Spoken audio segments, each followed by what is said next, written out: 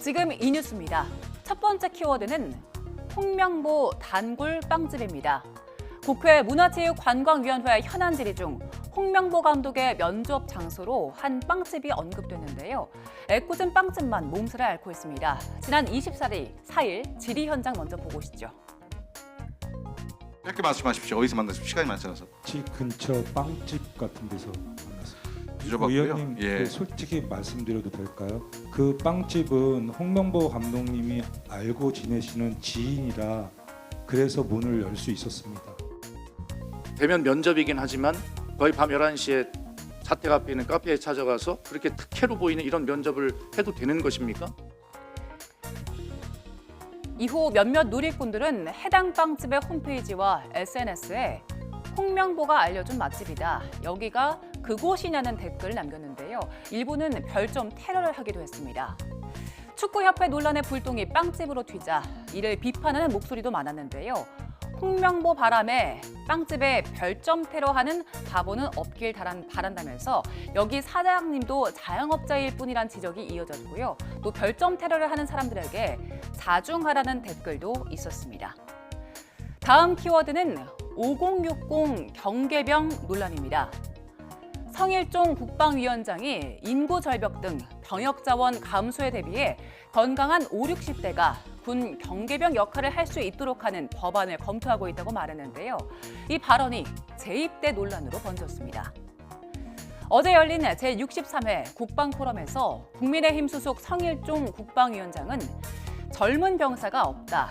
50대, 60대가 돼도 건강하다면서 이들이 군에 가서 경계병을 서도 된다고 생각한다고 밝혔는데요. 이어 경계병 역할을 하는 50, 60대에겐 병사 봉급에 준하는 보수를 줄 수 있다고 했습니다. 이 발언을 두고 50, 60대 재입대 논란이 불거졌는데요. 그러자 성일종 의원실은 군 경력이 있는 50, 60대 중 건강 문제가 없고 본인이 원하는 경우에 한해 아웃소싱 형태로 채용하려는 거라면서 군 재입대가 아닌 민간인 채용 형식이 될 거라고 해명했습니다.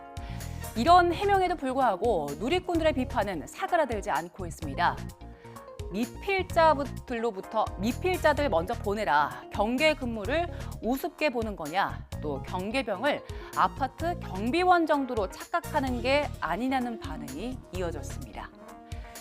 다음 키워드는 산갈치입니다. 호주 심해에서 산갈치가 잡혔는데요. 머리는 말, 몸은 갈치의 모습을 하고 있어서 화제입니다.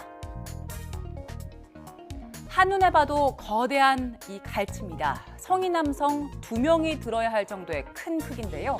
몸통은 분명 은빛의 갈치 형상인데 머리를 보니 말같이 생겼죠.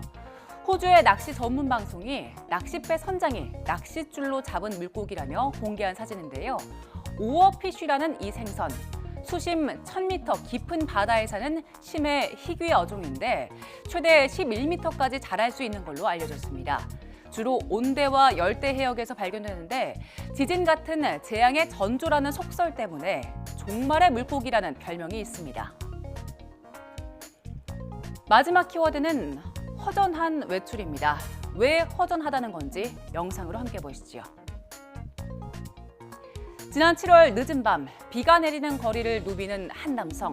밤 산책을 하나 싶은데 나체입니다.